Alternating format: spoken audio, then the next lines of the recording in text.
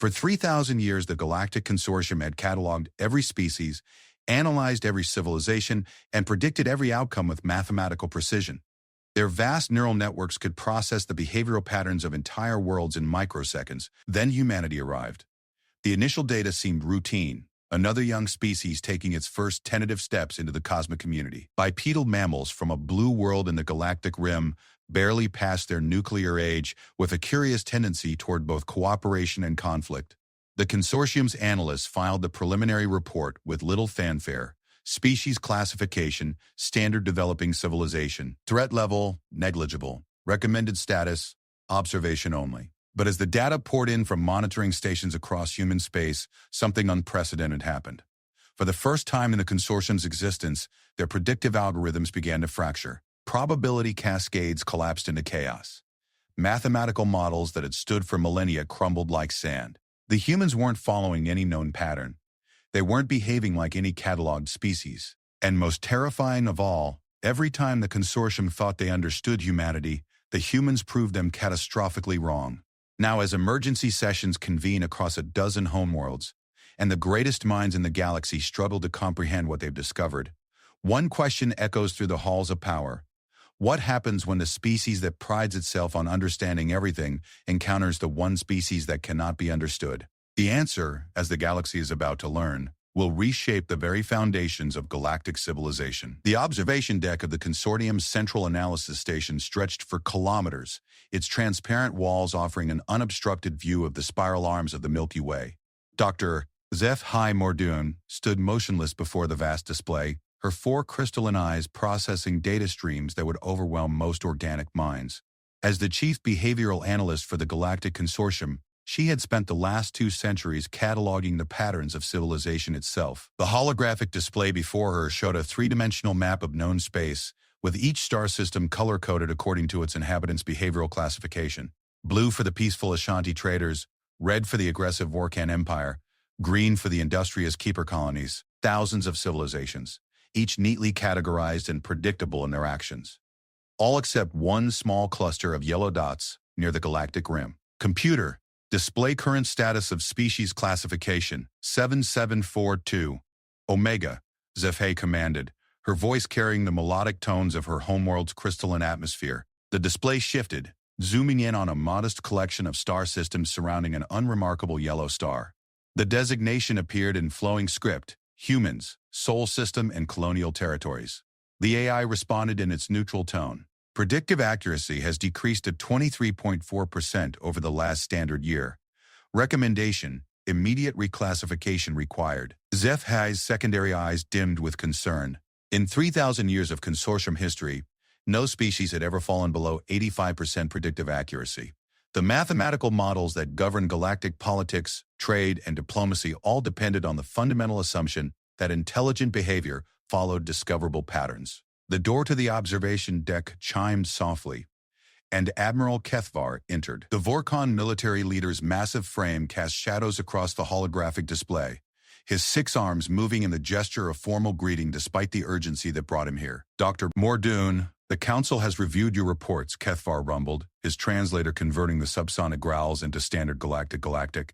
They are troubled. As they should be, HFY replied, manipulating the display to show a timeline of human expansion. When we first made contact 18 months ago, we classified them as a typical emergent species, aggressive but not exceptionally so, territorial but capable of cooperation, technologically advancing at a predictable rate. She gestured, and the display showed the initial contact scenario. The human delegation had arrived at Neutral Station Epsilon exactly as predicted, following standard first contact protocols. Their leader, a middle-aged human female named Ambassador Sarah Chen, had conducted negotiations with textbook precision. The trade agreement signed that day had been entirely within expected parameters. But then this happened, HFY continued, advancing the timeline. The display shifted to show the Kepler colony incident 3 months later. A Vorkan raiding fleet had attacked one of humanity's outer settlements, following their species' standard pattern of testing new civilizations' resolve. According to consortium models, humans should have responded with either a proportional counterattack or a diplomatic protest. Instead, they had done something unprecedented. They had surrendered completely. The Kepler colonists offered no resistance, HFY narrated as the tactical display showed the brief encounter. They evacuated their military personnel, abandoned their defensive positions, and broadcast a message of unconditional surrender. The Vorkon fleet, expecting a fight, found themselves in possession of an empty colony with no strategic value. Admiral Kethvar's mandibles clicked in confusion. His people's entire military doctrine was based on the assumption that conquest provided resources and demonstrated strength. An enemy that simply gave up territory freely made no sense within their behavioral framework. But that wasn't the end of it, HFY said, her voice taking on an edge of bewilderment that few had ever heard from the galaxy's most renowned behavioral analyst. The display showed the aftermath. Within days of the Vorkon occupation, supply problems began plaguing the raiding fleet. Their communication arrays suffered mysterious malfunctions. Navigation systems provided incorrect coordinates. Most bizarrely, several Vorkon warriors simply vanished from their posts, found days later in escape pods, with no memory of how they'd gotten there. The colonists had sabotaged everything, Admiral Kethvar realized, his compound eyes widening. But why surrender if they planned to continue fighting?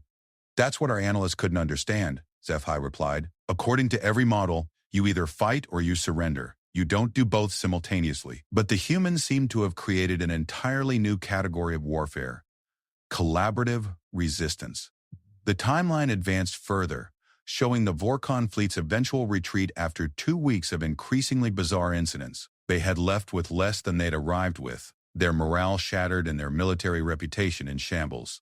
But the truly incomprehensible part came next. Ambassador Chen contacted the Vorkon High Command directly, HFY said, displaying the communication logs. She offered to help them understand what had happened, providing detailed analysis of the colonists' tactics. She even suggested improvements to their military doctrine that would prevent similar embarrassments in the future. Admiral Kethvar's 6 arms moved in the gesture of complete bewilderment. She helped those who had attacked her own species? Not only helped, HFY confirmed, but the Vorkon fleet that returned using her suggestions successfully conquered 2 Crimson Hegemony outposts the following month. The humans had strengthened their attackers. The observation deck fell silent except for the gentle hum of the station's atmospheric processors. Both beings stared at the human territories displayed before them, trying to comprehend a species that defied every known law of behavioral science. "There's more," HFY said, eventually, her voice barely above a whisper. "The economic analyses are equally impossible." The display shifted to show trade data. Human merchants had entered galactic markets with predictable caution, offering standard commodities at fair prices. But within months, patterns emerged that made no economic sense. They sell military-grade materials to civilizations at war with each other, HFY explained, highlighting trade routes between human space and various conflict zones. Not to the highest bidder and not to a single side. They literally arm both enemies equally. Admiral Kethvar studied the data carefully. This should destabilize their position completely. Every species should distrust them. That's what our models predicted. Instead, both sides trust them more. The warring factions have begun using human merchants as neutral intermediaries. Some conflicts have actually de-escalated because both sides know their opponents have equal access to human weapons, making victory through superior equipment impossible. The implications were staggering. Humans had somehow turned war profiteering into peacemaking, gaining the trust of all parties while simultaneously ensuring no single faction could achieve decisive victory. There's also the matter of their colonial expansion, HFY continued, zooming out to show the full scope of human territory. In just 18 months, they had established settlements in 17 star systems, each following completely different organizational principles. Some colonies are communal societies with shared resources, she explained, highlighting several green dots. Others are competitive capitalist settlements where everything is privately owned. Some are military outposts with strict hierarchies, while others operate as anarchist cooperatives with no central authority at all. Admiral Kethvar's tactical mind struggled to process this information. How do they maintain unity? How do they prevent civil war between such radically different social systems? They don't prevent it, HFY said, her voice filled with something approaching awe. They embrace it. Each colony represents an active experiment in social organization. They share data about which systems work best under which conditions, but they never impose uniformity. It's as if they're deliberately maintaining maximum diversity to maximize their adaptive potential. The display showed communication logs between various human settlements. Rather than the expected tension between incompatible ideologies, there was enthusiastic collaboration. Communist colonies shared resources freely with capitalist settlements, while anarchist communities provided technical expertise to military outposts. Each system operated according to its own principles while contributing to the whole in ways that the consortium's social scientists couldn't begin to model. And their response to our analysis attempts? Admiral Cathvar asked, though he suspected the answer would be equally incomprehensible. Zeph had manipulated the display to show a series of communication intercepts. We've been monitoring their communications since first contact, trying to understand their decision-making processes. Standard procedure. Every species expects it, and most either attempt to hide their intentions or deliberately mislead us. But not humans? Humans actively help us spy on them, Zeph said, her voice flat with disbelief. When they discovered our monitoring stations, they didn't protest or attempt to block them. Instead, they began broadcasting additional information about their activities, providing context and explanations for behaviors that confused us. The display showed a remarkable communication from Ambassador Chen herself, addressed directly to Consortium Intelligence Services.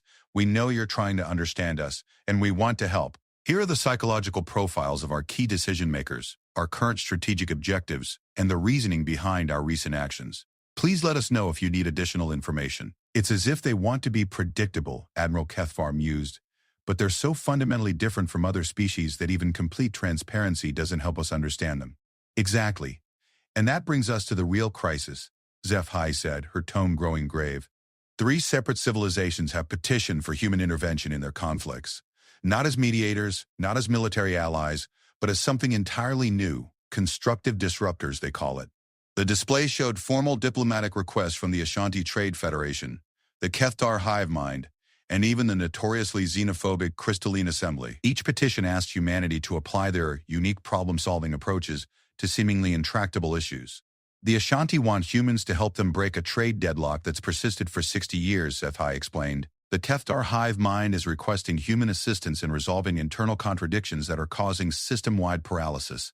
And the Crystalline Assembly, who have refused outside contact for 8 centuries, are asking humans to help them adapt to a changing galaxy without compromising their cultural integrity. Admiral Cathvar processed this information with growing unease. Species don't usually request the involvement of civilizations they can't understand. The unknown is typically seen as a threat, unless the unknown has proven itself to be consistently beneficial even when it's incomprehensible, Zeph replied. That's what terrifies me, Admiral. Humans aren't just unpredictable, they're unpredictably helpful. Every time they do something that should destabilize galactic order, they somehow make things better instead. She gestured to a comprehensive analysis display showing galactic stability indices over the past 18 months. Every metric showed improvements since human contact: reduced conflicts, increased trade, better diplomatic relations between traditionally hostile species. And the Council's response to these petitions? Admiral Cathvar asked. They're considering approval, Zeph said quietly. Despite not understanding how humans operate, the results speak for themselves. But Admiral, if we allow this precedent, we're fundamentally changing the nature of galactic civilization. We're admitting that there are problems our 3,000-year-old systems can't solve, but a species we've known for barely 2 years might be able to address. The observation deck's lighting shifted to indicate the approach of the galactic day cycle, but neither being moved from their positions.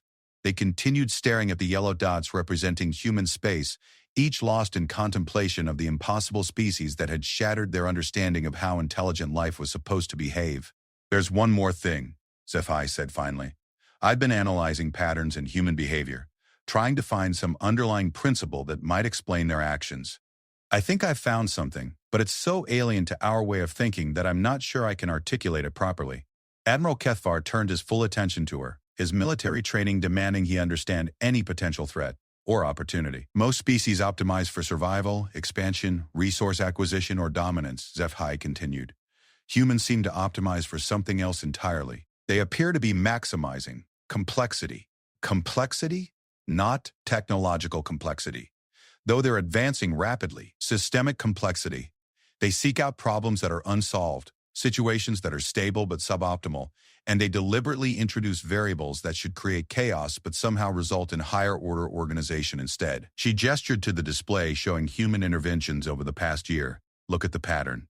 Every time they get involved, the situation becomes more complicated in the short term, but more robust and adaptable in the long term. It's as if they're gardeners, and they see the galaxy as a garden that's become too simple and therefore fragile. Admiral Kethvar considered this concept, trying to relate it to military strategy. So they create controlled chaos to prevent uncontrolled collapse? Something like that. But it's deeper than strategy. It seems to be how they think fundamentally. Where we see a stable system and try to maintain it, they see a stable system and ask how it could be improved. Where we see a complex problem and try to simplify it, they see a complex problem and try to make it more elegant without making it simpler. The implications were staggering. If Zeph Howe's analysis was correct, humans weren't just another species with unusual tactics. They represented an entirely different approach to existence itself. While the rest of the galaxy had developed sophisticated methods for maintaining order and predictability, humans had apparently evolved to be agents of beneficial complexity. Dr. Mordun, Admiral Kethvar said slowly, if your analysis is correct, what does that mean for the consortium's role in galactic affairs?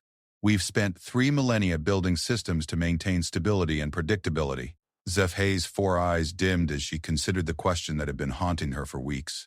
I think it means we're about to discover whether our approach and theirs are compatible, or whether the galaxy is big enough for 2 completely different philosophies of civilization. The observation deck fell silent once more, but this time the quiet carried a weight of impending change that neither being could ignore.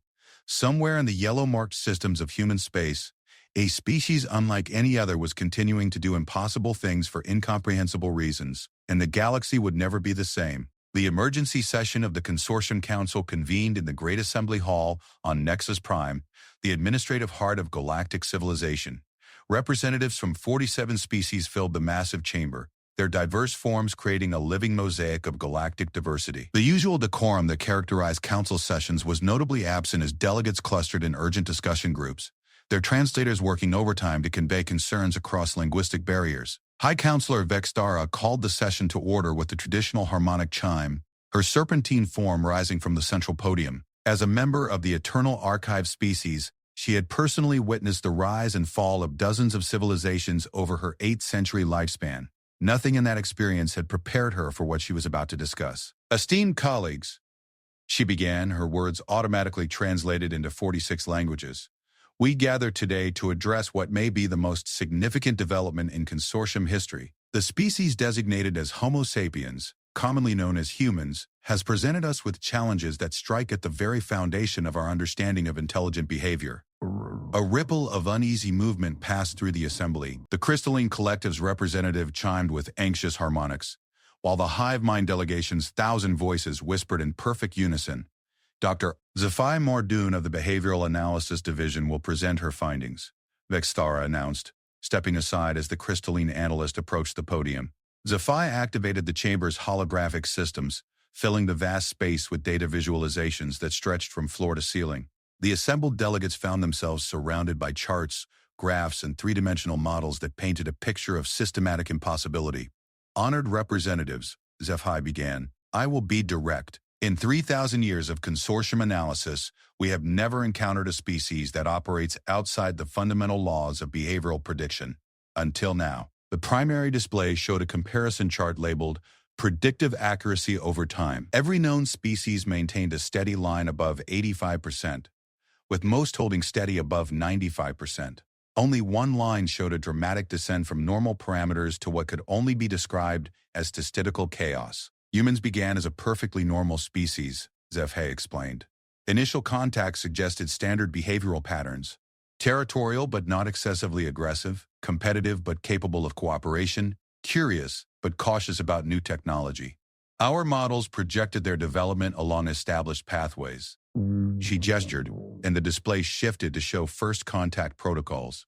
The human delegation at Neutral Station Epsilon had indeed followed expected patterns, conducting themselves with diplomatic professionalism that fit every existing template for emerging civilizations. Then they returned to their home system and began doing things that shouldn't be possible, Zephi continued. The next display showed human space in detail, highlighting the 17 colonial settlements established since first contact. Each colony was color-coded according to its social organization, creating a rainbow of incompatible systems that somehow coexisted peacefully.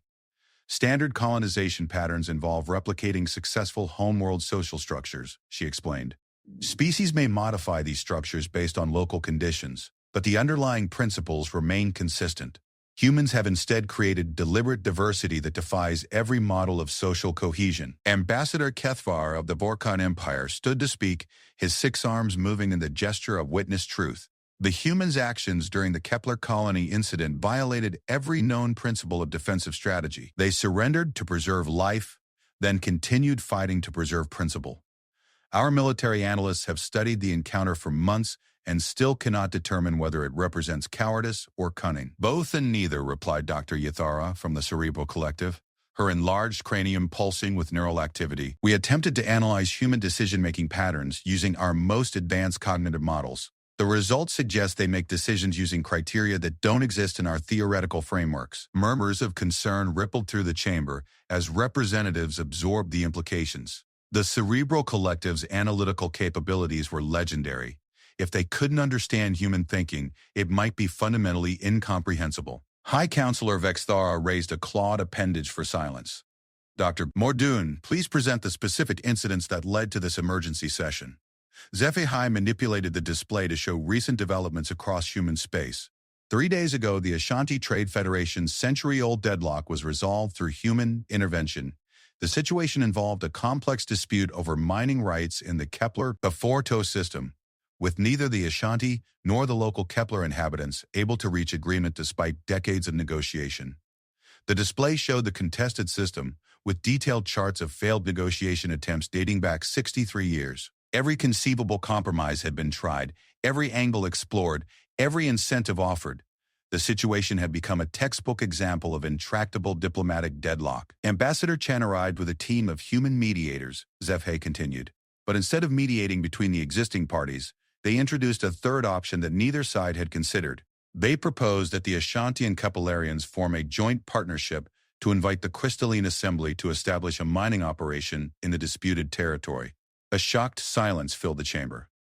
The Crystalline Assembly had maintained strict isolationist policies for 8 centuries, refusing all outside contact. The suggestion that they would engage in joint mining operations was beyond improbable. The Assembly accepted, Zefhe added quietly. The Crystalline Collective's representative, a being of living light patterns, flickered with what their species used to express profound bewilderment. The Assembly has refused to acknowledge our existence for 300 years. How did humans achieve contact in 3 days? They didn't try to contact the Assembly leadership, Zefhe explained. They broadcast a message to the entire Assembly population, describing the mining situation as a complex puzzle that required the Assembly's unique problem-solving abilities to solve elegantly. They framed participation not as breaking isolation, but as an opportunity to demonstrate crystalline superiority, without compromising cultural principles. The solution was brilliant in its simplicity. The Assembly would operate the mines using their advanced technology, keeping all profits while providing employment to Ashanti and Keplerian workers. The disputed territory would remain technically neutral, administered by the Assembly according to their rigid principles of mathematical perfection. Everyone got what they actually needed rather than what they had demanded. But that's not the remarkable part, Zefhe continued. The remarkable part is what happened next. The display showed communications logs from the past 72 hours. Representatives from 14 different species had contacted human diplomatic services, requesting similar third-option solutions to their own intractable problems. The Hive Mind Cluster wanted help resolving internal contradictions that threatened their collective consciousness. The Entropy Cult sought assistance balancing their philosophy of cosmic disillusion with their need for social organization. Even the Vorkon Empire had quietly inquired about human analysis of their traditional warrior culture's compatibility with modern galactic economics. In 3 days, humans have become the most requested diplomatic service in the galaxy, Zefhe summarized. Species that have never agreed on anything unanimously agree that humans might be able to help them with problems they can't solve themselves. Representative Tatak of the Silicon Confederation rose to speak, their crystalline voice resonating through the chamber's acoustic systems. This suggests a fundamental shift in galactic power dynamics.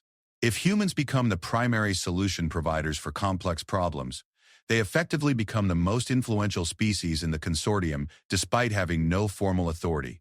Admiral Kethvar added his concern. Military implications are severe.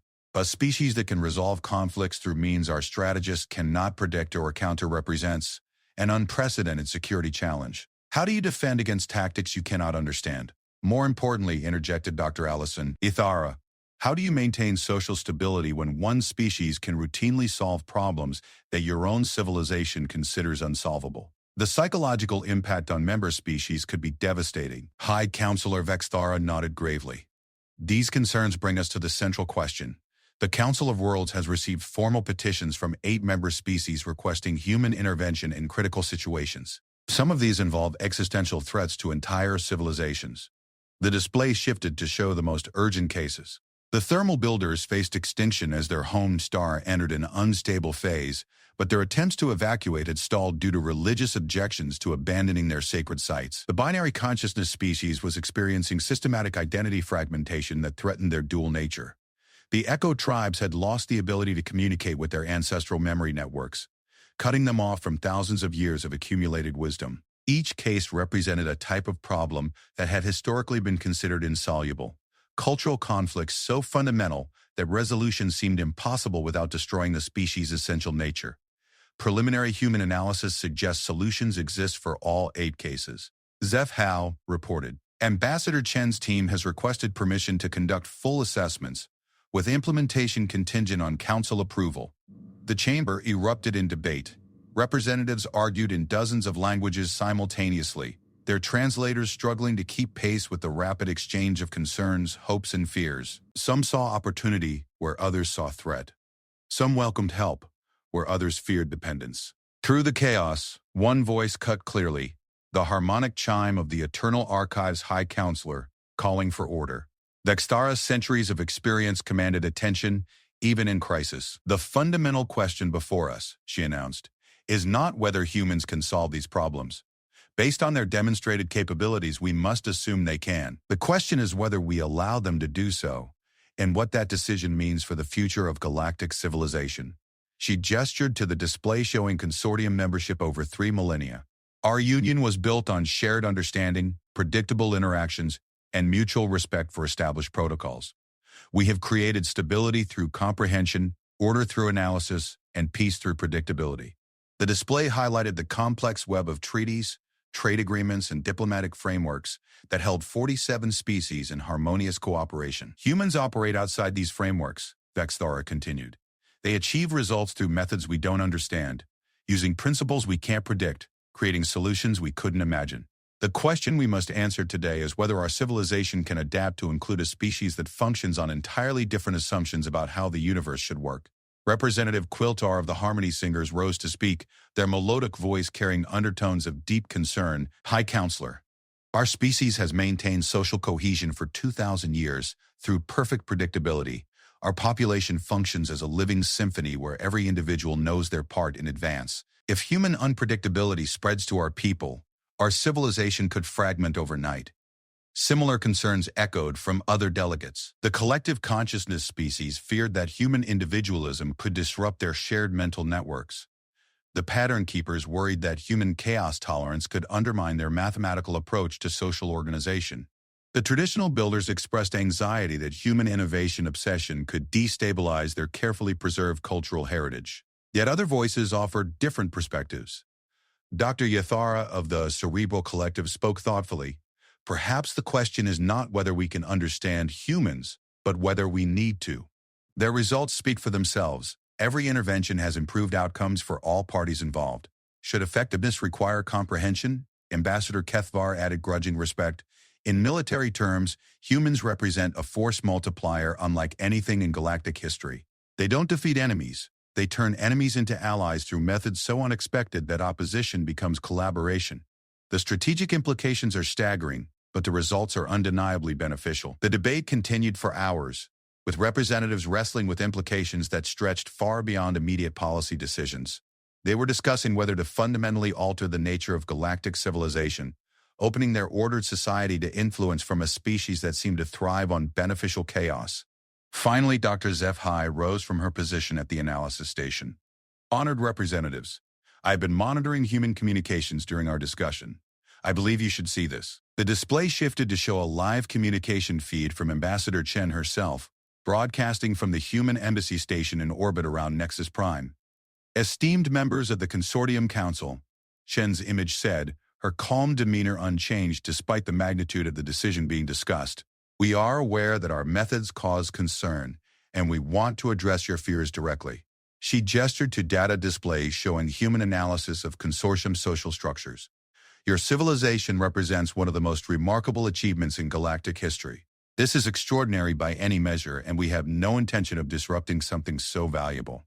The human ambassador paused, her expression growing more serious. However, we have observed that several member species face existential challenges that current consortium frameworks cannot address. We offer our assistance not as replacement for your systems, but as supplementation when your proven methods reach their limits. Chen manipulated her own displays to show proposed intervention protocols. We suggest a trial period. Allow us to address 3 of the most urgent cases under full consortium oversight. If our methods prove harmful or destabilizing, we will withdraw completely and submit to whatever restrictions the Council deems appropriate. The proposal was unprecedented, a species offering to prove its worth while accepting potential banishment if it failed. We believe diversity of approach strengthens rather than weakens galactic civilization, Chen concluded. We offer ourselves as partners in solving problems that threaten the stability you have worked so hard to create and maintain. The communication ended, leaving the chamber in contemplative silence. The humans had not only anticipated the Council's concerns, but had proposed a solution that addressed those fears while offering tangible benefits. High Counselor Vextara looked around the chamber, studying the faces of representatives who would make one of the most consequential decisions in consortium history.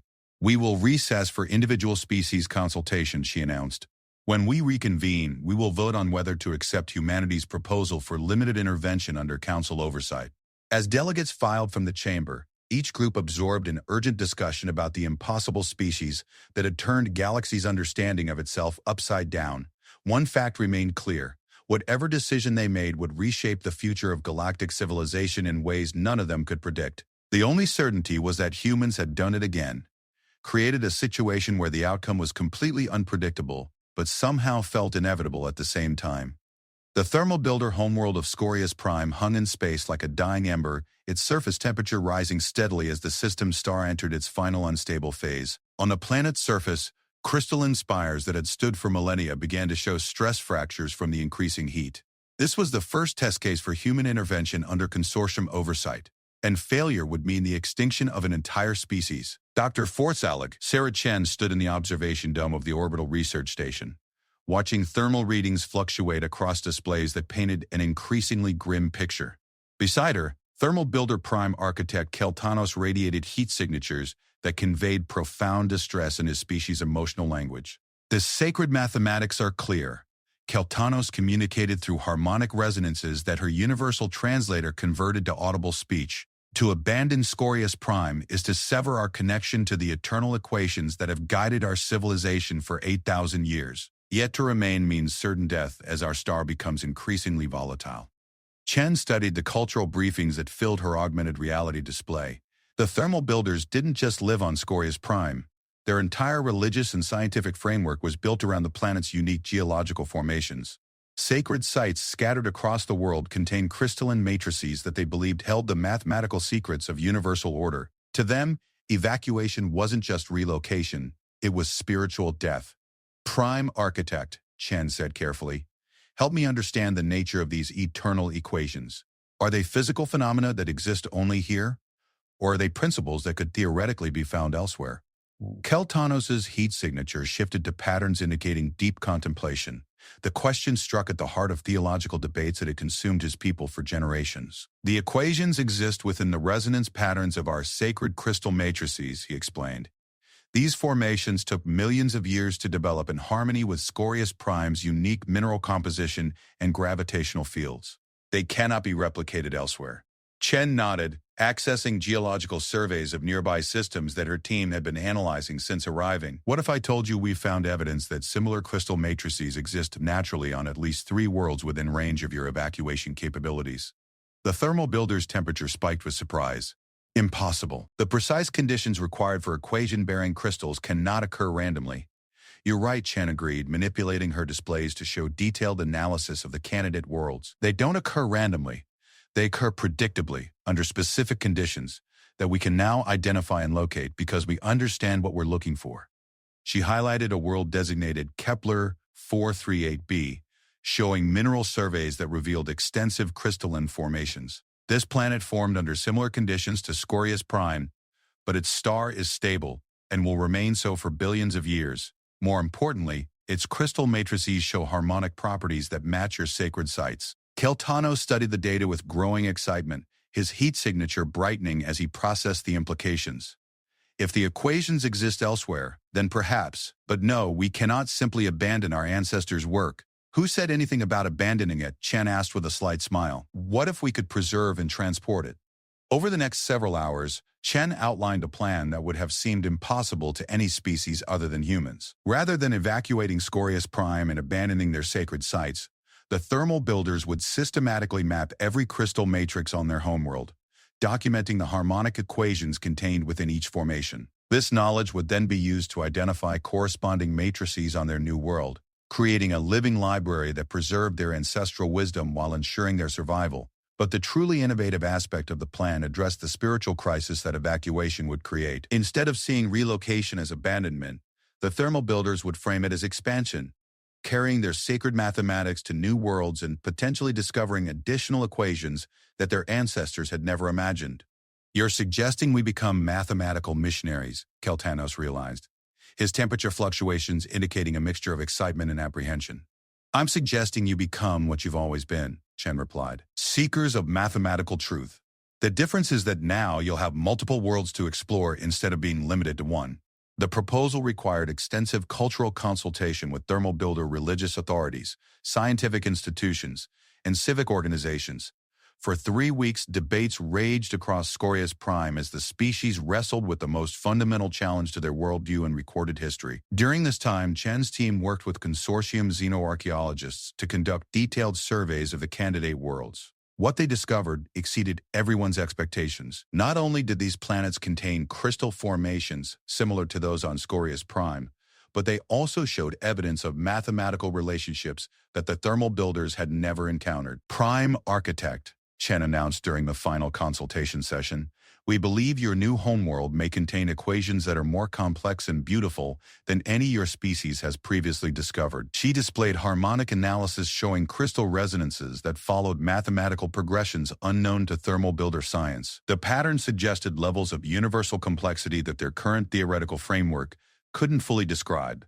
The eternal equations may be more eternal than you realized, Chen continued. Instead of being limited to one world, they may be a universal principle that manifests differently under different conditions. Your evacuation could become the greatest mathematical expedition in your species' history. The vote was unanimous. Within days, the entire thermal builder civilization mobilized for what they now called the Great Mathematical Exodus. Transport ships began systematic evacuation while specialized vessels carefully extracted key crystal formations for preservation and study.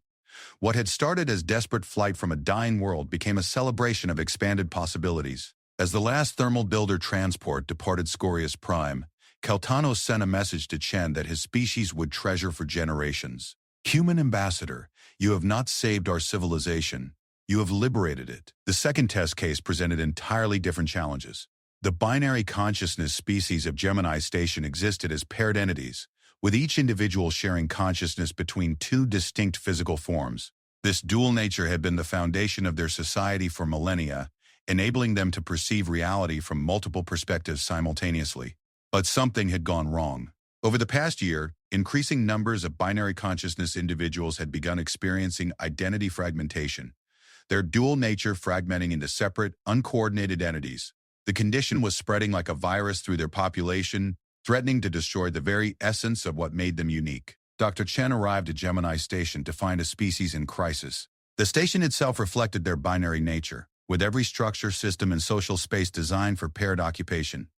Individuals experiencing fragmentation moved through these spaces like broken instruments in an orchestra, their discord creating visible stress throughout the community. The unity that defines us is dissolving, explained binary entity dual prime chorus echo, their two forms moving in the synchronized patterns that indicated stable consciousness pairing. Our philosophers theorize that contact with singular consciousness species has introduced incompatible thought patterns that disrupt our natural duality. Chen studied medical data showing the progression of fragmentation across the population. The pattern was indeed similar to an infectious disease, but the infection appeared to be exposure to non-binary thought processes through increased galactic contact. The irony is devastating, continued Dual Prime Chorus Echo. We joined the consortium to share our unique perspective with the galaxy, but galactic contact is destroying the very perspective we sought to share. Traditional treatments had failed completely. Binary consciousness medical science was based on maintaining harmony between paired entities, but fragmentation created discord that their healing practices couldn't address. Worse, isolation from the galactic community would solve the immediate problem while destroying their long-term goals of cultural exchange. Chen spent weeks observing fragmented individuals, studying the nature of their consciousness disruption. What she discovered challenged assumptions that even the binary consciousness species held about themselves. "You're not fragmenting," she announced during a consultation with the species' leading consciousness researchers. "You're multiplying." The statement created confused ripples through the assembled entities, their paired forms moving in discordant patterns that reflected their bewilderment. Chen displayed neurological scans showing brain activity in fragmented individuals. "Look at the consciousness patterns. You assumed that fragmentation meant your dual nature was breaking into separate, incomplete entities. But the scans show something different. Your consciousness isn't dividing, it's expanding into additional paired relationships." She highlighted specific neural pathways that showed unprecedented complexity. Fragmented individuals aren't losing their binary nature. They're developing ternary, quaternary, and even more complex consciousness structures. You're not experiencing a disease, you're experiencing evolution. The implications were staggering. If Chen was correct, the binary consciousness species wasn't facing extinction. They were undergoing a transformation that could create new forms of consciousness never before achieved in the galaxy. "But the discord, the confusion, the loss of unity," protested one researcher. "How can expansion feel so much like destruction?" "Because you're trying to force expanded consciousness into social structures designed for binary relationships," Chen explained. "It's like trying to play a symphony with twice as many instruments but no additional sheet music. The music is more complex, but without new compositional frameworks it sounds like chaos." Over the following weeks, Chen worked with binary consciousness philosophers and sociologists to develop new social structures that could accommodate expanded consciousness configurations. Instead of pairs, they created dynamic groupings that could shift and adapt as individuals develop new consciousness relationships. Architecture was modified to support multiple simultaneous perspectives rather than just two. The results were extraordinary. What had seemed like civilization-threatening fragmentation became the foundation for the most sophisticated consciousness-sharing network in galactic history. Binary consciousness individuals with expanded awareness became living repositories of multiple perspectives, able to understand and relate to virtually any form of intelligent life. "You have not cured our fragmentation," the entity now known as Multi-Prime Chorus Echo Harmony Dream communicated through patterns so complex that translation required quantum processing systems. "You have revealed that what we thought was our limitation was actually our greatest strength waiting to be unlocked." The third test case required a completely different approach. The echo tribes of the resonance worlds had lost contact with their ancestral memory networks, vast crystalline formations that stored thousands of years of accumulated tribal wisdom. Without access to these memories, their society was beginning to lose cohesion as younger generations grew up without connection to their cultural foundations. The problem was technical rather than cultural, but the technical challenge was unprecedented. The crystalline memory networks operated on harmonic principles that no other species understood, and attempts to repair them using conventional methods had only made the disruption worse. Chen arrived on the primary resonance world to find a species caught between past and future. Elder echo tribers maintained fragments of the old knowledge, but their ability to access the full memory networks had been severed by cascade failures that rippled through the crystalline matrices. Younger tribal members knew that they had lost something precious, but they couldn't understand what it was or how to recover it. "The songs of our ancestors have fallen silent," explained Echo Prime singer Melodic Truth Keeper, her voice carrying harmonics of profound loss. "Without their guidance, we cannot remember who we are meant to become." Chen studied the damaged memory crystals, analyzing their harmonic properties and attempting to understand the cascade failure that had severed the connections. What she discovered was both simpler and more complex than anyone had expected. "The networks aren't damaged," she announced after weeks of analysis. "They've evolved." She displayed harmonic analysis showing that the crystalline memory networks had begun operating on frequencies that the echo tribes could no longer perceive. Over centuries of storing accumulated knowledge, The crystals had developed more sophisticated harmonic patterns that exceeded their creators' original sensory range. It's like your ancestors built a library, and over generations the books wrote themselves new chapters in languages you haven't learned to read yet, Chen explained. The knowledge is all still there. It's just expressed in ways your current technology can't access. Working with Echo Tribe harmonic engineers, Chen's team developed new resonance interfaces that could translate the evolved frequencies into ranges the tribal members could perceive. But the real breakthrough came when they realized that the evolved memory networks contained not just stored tribal history, but also predictions about the tribe's future development that had emerged from the accumulated wisdom itself. Your ancestors didn't just leave you their memories, Chen told the assembled tribal council. They left you a living intelligence that has been growing and learning for thousands of years. The memory networks have become something greater than libraries. They've become advisors. The first reconnection session was transformative. Echo Tribe members found themselves accessing not just ancestral memories, but also future possibilities that their accumulated wisdom had calculated. They could see potential paths forward that honored their traditions while adapting to galactic society. Human Ambassador, Melodic Truth Keeper, sang with harmonics that conveyed gratitude beyond measure. You have not restored our past. You have given us a future we never knew we had inherited. All 3 test cases had been resolved successfully, but the implications went far beyond saving 3 species from existential crises. Chen's methods had revealed something extraordinary about the nature of problems themselves. During the final report to the Consortium Council, Dr. HFY Mordun presented analysis that would reshape galactic understanding of crisis resolution. In each case, she reported, humans identified that what appeared to be a problem was actually an opportunity in disguise. The thermal builders' forced evacuation became mathematical exploration. Binary consciousness fragmentation became consciousness evolution. Echo Tribe disconnection became intelligence advancement. She displayed comparative analysis, showing how conventional approaches would have addressed each crisis. Standard consortium methods would have attempted to restore each species to their previous stable state. Humans instead helped them discover that their previous stable state was actually a developmental phase, not a permanent condition. The implications were staggering for galactic civilization. If humans were correct, many of the challenges facing consortium species might not be problems to be solved, but transformations to be embraced. High Counselor Vexthara summarized the session with a statement that would be quoted for generations. We have discovered that humans don't just solve problems differently than we do, they see different problems entirely. Where we see threats to be eliminated, they see opportunities to be cultivated. The vote to approve expanded human involvement in consortium affairs was unanimous. But as delegates filed from the chamber, each absorbed in contemplation of what they had witnessed, one question remained unspoken. If humans could reveal hidden opportunities in existential crises, what other problems in galactic civilization might actually be transformations waiting to be discovered? The galaxy was about to find out. 6 months after the successful resolution of the 3 test cases, the consortium faced a crisis that would challenge everything they thought they understood about humans and themselves. The Void Seekers, an ancient species that had withdrawn from galactic society millennia ago, had returned with a message that sent shockwaves through every member civilization. The transmission arrived simultaneously at every major consortium facility, bypassing security systems that had been considered impenetrable. The message was simple, direct, and terrifying. The humans must be contained before they destroy galactic civilization. We offer our assistance in eliminating this threat.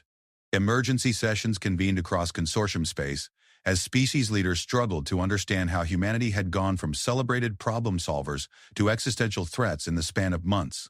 The answer lay in data that few had paid attention to during the euphoria following the successful test interventions. Dr. HFY Mordun stood before the hastily assembled consortium council, her crystalline form reflecting the tension that filled the great assembly hall. Her analysis of recent galactic developments painted a picture that was simultaneously wonderful and terrifying. Esteemed representatives, she began, we must confront a reality we have been reluctant to acknowledge. Human intervention has been extraordinarily successful, but that success has created consequences we did not anticipate. The primary display showed galactic stability indices over the past 6 months. Every metric showed dramatic improvement. Conflicts had decreased, trade had increased, diplomatic relations had strengthened across traditional boundaries. By every measure the consortium used to evaluate galactic health, human involvement had been beneficial. However, HFY continued, these improvements have come at a cost we are only beginning to understand. She manipulated the display to show a different set of metrics, cultural stability indices, that measured how well species maintained their traditional social structures and belief systems. The results were alarming. Every species that had interacted extensively with humans showed significant deviation from their historical cultural patterns. The thermal builders have abandoned their traditional approach to mathematical contemplation, she explained. Instead of seeking perfect equations through meditation, they become aggressive explorers, establishing research stations throughout the galaxy to study crystalline formations on dozens of worlds. The display showed thermal builder expansion at a rate that exceeded their previous 3 millennia of development. Their mathematical missionaries had spread across consortium space, sharing discoveries that challenged long-held assumptions about universal constants. The binary consciousness species has similarly transformed, HFY continued. Their expanded consciousness capabilities have made them extraordinary diplomats and mediators, but they're no longer recognizably the same species we knew. Some individuals now maintain dozens of simultaneous consciousness relationships. The implications were staggering. Binary consciousness mediators had become so effective at understanding multiple perspectives that they were resolving conflicts faster than traditional diplomatic processes could even identify them. But their evolved consciousness patterns were so complex that other species found them increasingly difficult to relate to. The Echo tribes have become something unprecedented, she added. Their connection to evolved memory networks has given them predictive capabilities that approach prophecy.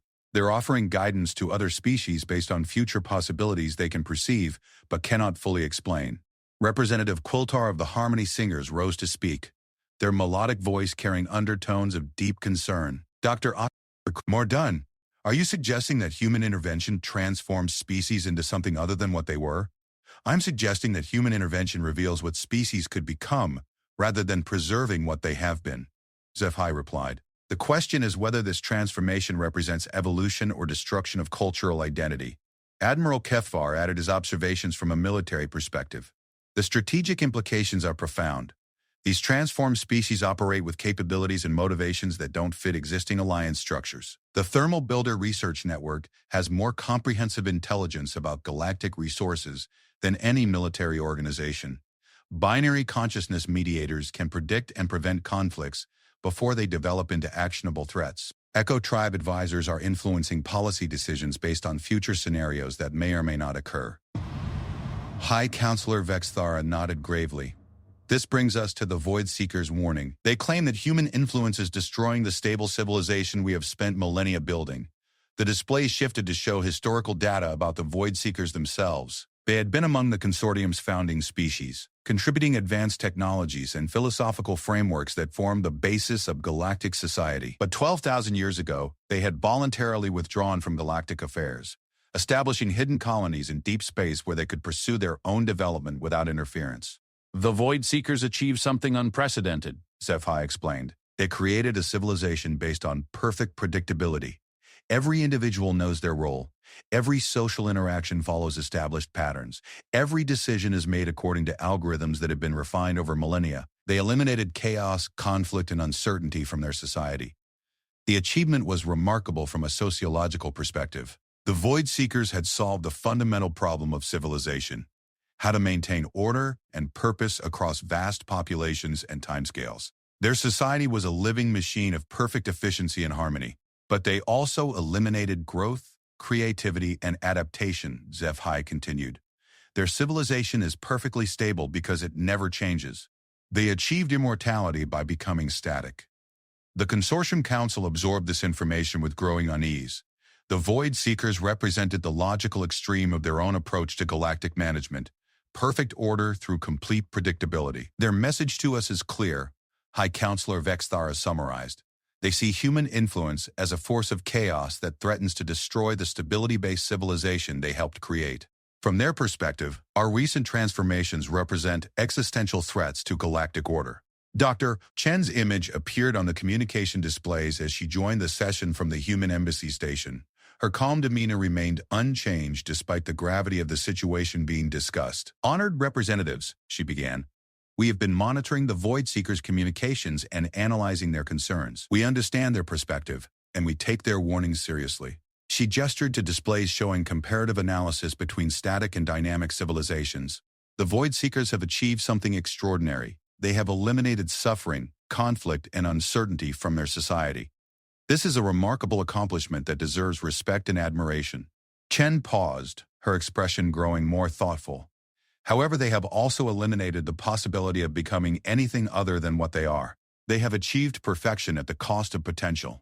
The human ambassador displayed data showing long-term survival rates for static versus dynamic civilizations. Our species has studied this question extensively. Civilizations that optimize for stability tend to persist longer in the short term, but they also become increasingly vulnerable to external changes they cannot predict or adapt to. She showed models of galactic evolution over cosmic timescales, highlighting catastrophic events that had destroyed entire regions of space throughout history. The universe itself is not static. Stars die, galaxies collide, and conditions change in ways that cannot be predicted or prevented. Civilizations that cannot adapt to fundamental change eventually face extinction regardless of how perfectly they function under stable conditions. Representative Datak of the Silicon Confederation asked the question many were thinking, are you suggesting that stability-based civilization is ultimately unsustainable? I'm suggesting that exclusive focus on stability creates brittleness, Chen replied. The most robust systems combine stability with adaptability. They maintain core principles while retaining the capacity for transformation when circumstances require it. It's displayed examples from human history showing civilizations that had survived catastrophic changes by adapting while preserving their essential values. The goal isn't to eliminate stability or embrace chaos. The goal is to develop resilience, the ability to maintain identity and purpose while changing forms when necessary. Admiral Kethvar spoke with grudging respect. Your species appears to optimize for survival under any conditions rather than optimal function under specific conditions. Exactly, Chen confirmed. We assume that conditions will change in ways we cannot predict, so we prioritize adaptability over optimization. This makes us less efficient in stable conditions, but more likely to survive unexpected challenges. The implications for galactic civilization were profound. If Chen was correct, the consortium's stability-based approach might be creating long-term vulnerabilities even as it provided short-term benefits. Dr. Yatara of the Cerebral Collective posed a crucial question. But what about species identity? If civilizations constantly adapt and transform, what prevents them from losing everything that makes them unique? Core values versus surface expressions, Chen answered, displaying analysis of the transformed species. The thermal builders are still mathematically oriented, but they express that orientation through exploration rather than contemplation. Binary consciousness entities still value multiple perspectives, but they've expanded beyond dual to multiplexed awareness. Echo tribes still honor ancestral wisdom, but they access it through evolved interfaces rather than traditional memories. She highlighted the fundamental continuity underlying apparent transformation.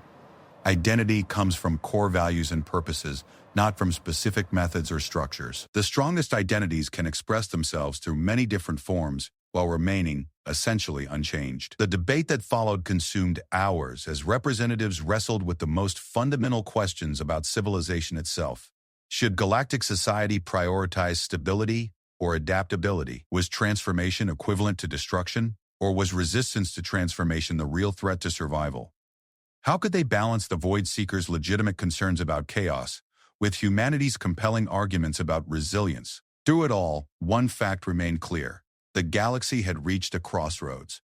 The stable, predictable civilization the consortium had built over 3 millennia was being challenged by forces they couldn't control or fully understand. High Counselor Vexthara eventually called for recess, but before delegates could disperse, an urgent communication alert sounded throughout the chamber.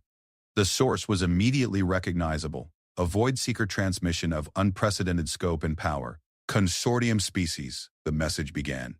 We have attempted diplomatic warnings, but it is clear that human influence has progressed too far for voluntary correction. We therefore implement Protocol 7, Direct Intervention for Civilizational Preservation. The transmission included tactical displays showing Void Seeker fleet movements throughout the galaxy. Thousands of ships emerging from hidden bases, each equipped with technologies that hadn't been seen in galactic space for 12 millennia. All human-influenced species will be quarantined pending restoration to their previous stable states, the message continued.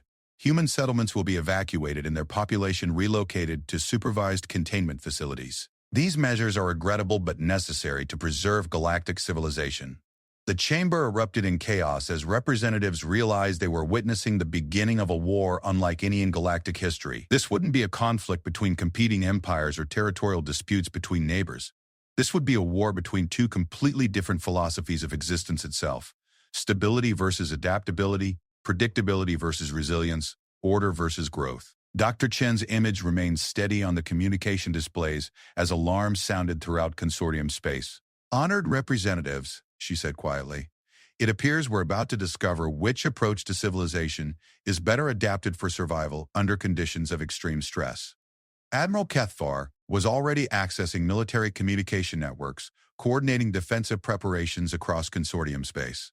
"Doc Chen, what are humanity's intentions in this conflict?" Chen's response would be recorded in every galactic history written afterward. "Admiral, we intend to prove that the galaxy is large enough for both philosophies to coexist. The Void Seekers believe they must destroy adaptability to preserve stability. We believe we can help everyone discover that stability and adaptability can strengthen each other."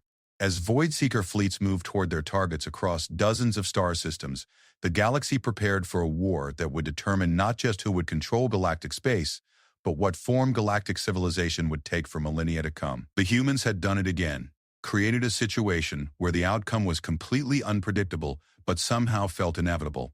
The only certainty was that whatever emerged from this conflict would fundamentally reshape the galaxy's understanding of itself and its possibilities. The greatest test of human problem-solving abilities was about to begin, and the stakes couldn't be higher. The future of intelligent life itself hung in the balance. The war that would reshape galactic civilization began not with massive fleet engagements or planetary bombardments, but with something far more subtle and devastating: the systematic deletion of possibility itself. Voidseeker forces moved through space like living algorithms, their ships emitting fields that imposed perfect mathematical order on everything they encountered. Asteroid fields arranged themselves into geometric patterns. Plasma storms dissipated into calm uniformity. Even the cosmic background radiation in their wake showed signs of artificial organization. Dr. Sarah Chen watched from the bridge of the human flagship Uncertainty Principle as reports flooded in from across the galaxy. The Void Seekers weren't destroying their targets, they were perfecting them. Thermal builder research stations found their equipment operating with impossible efficiency, but the chaos and creativity that drove breakthrough discoveries had vanished. Binary consciousness entities discovered their expanded awareness collapsing back into simple dual patterns. Eco-tribe memory networks went silent as their evolved intelligence was reduced to simple data storage. "It's not conquest," Chen realized as she studied the tactical displays. "It's optimization. They're turning the galaxy into a perfectly running machine." Admiral Sarah Reeves, the human fleet commander, nodded grimly.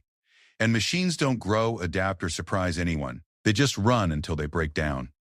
The human response to the Void Seeker offensive defied every principle of military strategy known to galactic warfare. Instead of concentrating their forces for maximum combat effectiveness, human fleets scattered throughout consortium space in small, seemingly random groups.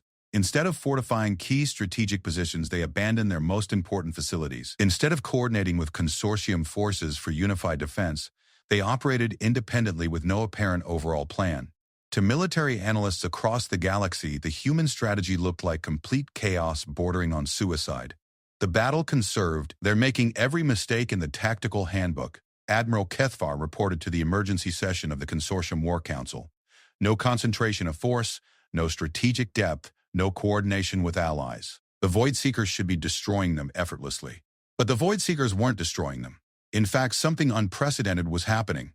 The perfect order that Void Seeker forces imposed on space was being disrupted by human presence in ways that their algorithms couldn't compensate for. Dr. HFY Mordoon analyzed battlefield reports with growing amazement. "The humans appear to be using chaos as a weapon," she reported. "Wherever their ships operate, the order fields generated by Void Seeker technology begin to destabilize." The mechanism was unlike anything in recorded galactic history. Human vessels didn't attack Void Seeker forces directly. They simply existed in the same space, and their fundamental unpredictability created conflicts with the mathematical perfection that Void Seeker systems required to function. "It's like introducing a random number generator into a perfectly ordered equation," Dr. Yathara observed.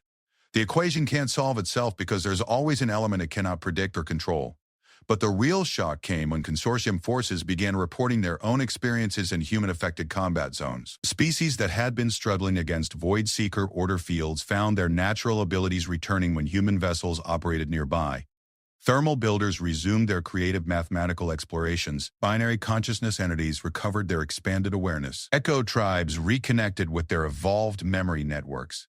Humans aren't just resistant to the order fields, High Counselor Vexthara realized during one emergency briefing. They're actively disrupting them, creating spaces where other species can remain themselves. The strategic implications were staggering. The war wasn't following the expected pattern of two sides fighting for control of territory or resources. Instead, it was becoming a contest between two fundamental forces, one that imposed order and eliminated possibility, and another that preserved chaos and maintained potential. As the conflict expanded across galactic space, something even more remarkable began to emerge. Consortium species that had initially been neutral or even sympathetic to void-seeker goals began to understand what they would lose in a perfectly ordered galaxy. The Harmony Singers discovered that perfect mathematical harmony eliminated the emotional resonances that gave their music meaning. The Pattern Keepers found that absolute predictability made their pattern recognition abilities irrelevant. Even the traditionally conservative crystalline assembly realized that perfect order would end the beautiful mathematical discoveries that drove their civilization. "We are witnessing something unprecedented," Dr. Chen announced during a joint communication to both Consortium and Voidseeker leadership. "A galactic awakening to the value of controlled chaos." She displayed analysis showing the transformation occurring across Consortium space. Species weren't just defending their territories, they were actively choosing uncertainty over perfection, growth over stability, possibility over prediction. "The Void Seekers believe that chaos threatens civilization," Chen continued. "But what we're discovering is that absolute order is equally threatening. Civilization requires both stability and change, both predictability and surprise, both order and chaos working together." The Void Seeker response was immediate and predictable, a massive escalation of their order and position technology. Fleet after fleet emerged from deep space, each equipped with more powerful systems designed to eliminate the random factors that human presence introduced into their perfect calculations. But as they escalated, something unexpected happened. The mathematical models that had governed Voidseeker civilization for 12 millennia began to show signs of strain. Perfect predictability worked flawlessly when dealing with predictable systems, but the galaxy was proving to be fundamentally unpredictable in ways their models had never accounted for. Star formation didn't follow their mathematical projections. Planetary evolution deviated from their calculated patterns. Even the behavior of cosmic forces showed variations that their algorithms couldn't explain or control. "Their perfection is breaking down, Doctor," Chen observed as she analyzed Voidseeker communication intercepts. "They built their civilization by eliminating variables they couldn't control, but they can't eliminate the universe itself." The turning point came when a Voidseeker fleet encountered something that shattered their fundamental assumptions about reality. In a distant system where human and Voidseeker forces had been engaged in a prolonged stalemate, local spacetime had begun exhibiting properties that neither side could explain. The interaction between Voidseeker order fields and human chaos effects had created something entirely new. Zones of creative stability, where order and chaos coexisted in dynamic equilibrium. In these zones, mathematical perfection combined with random possibility to produce outcomes that were both predictable and surprising. "It's what the universe has been trying to achieve all along," Dr. Yathara realized as she studied the phenomenon. Not perfect order or pure chaos, but the optimal balance between them.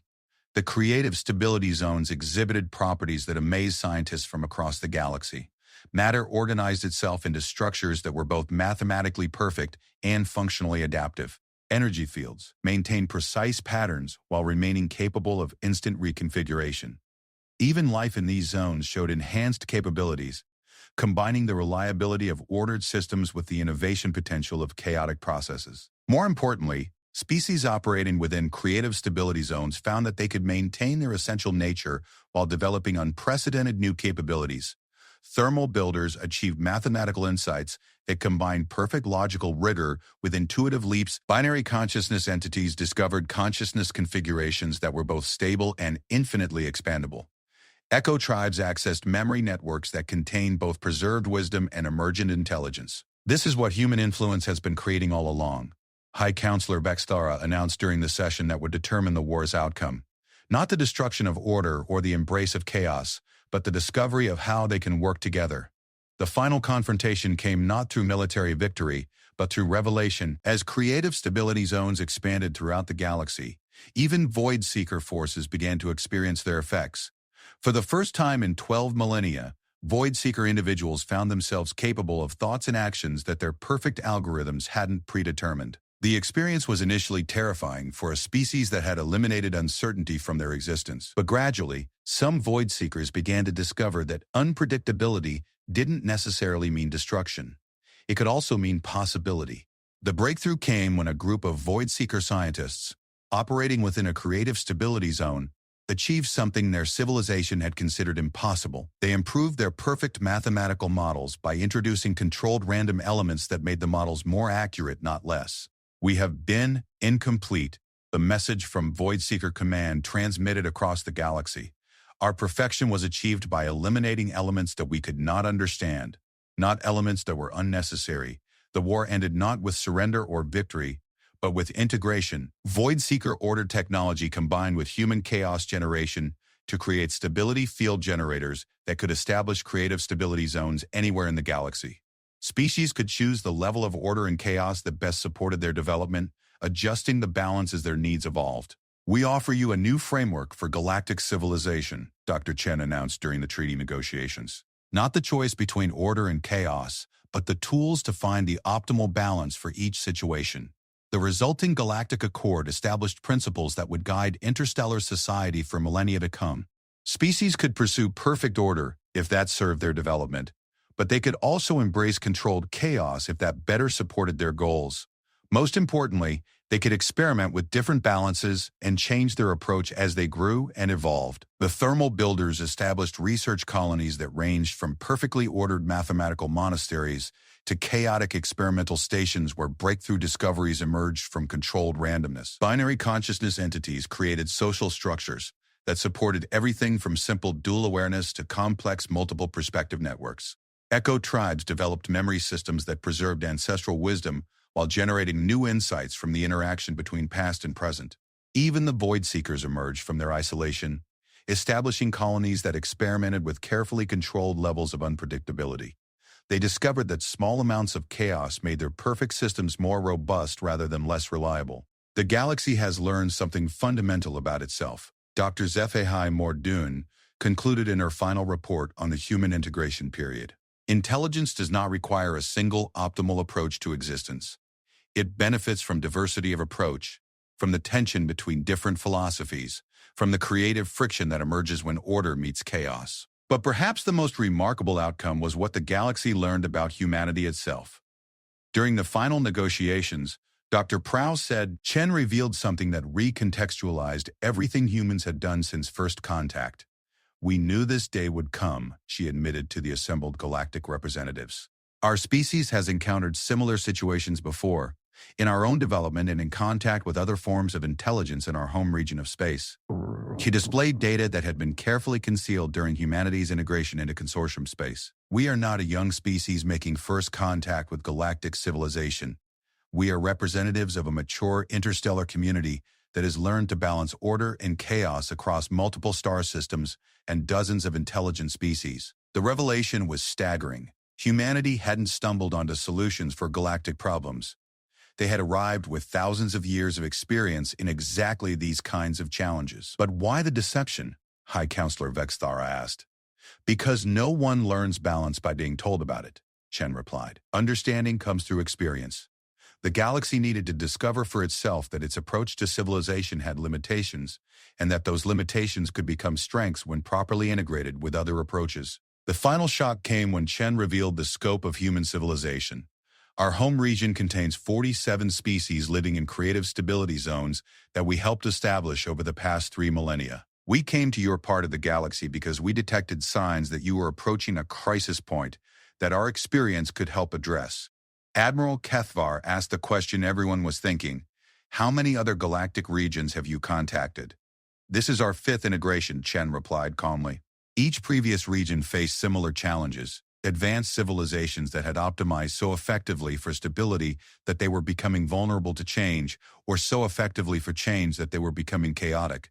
The implications were overwhelming. Humanity wasn't just another species in the galaxy. They were gardeners of galactic civilization itself, traveling between regions to help establish the balance necessary for long-term survival and growth.